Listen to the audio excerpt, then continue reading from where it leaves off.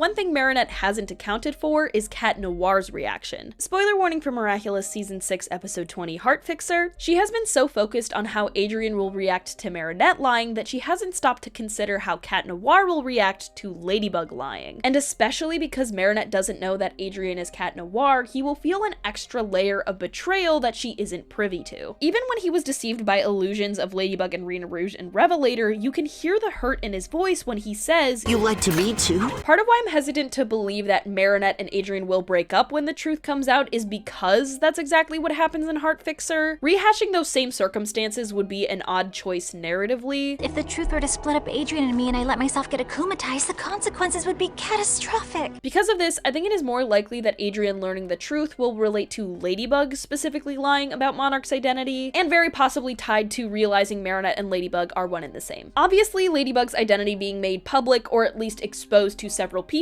is a huge problem. The solution?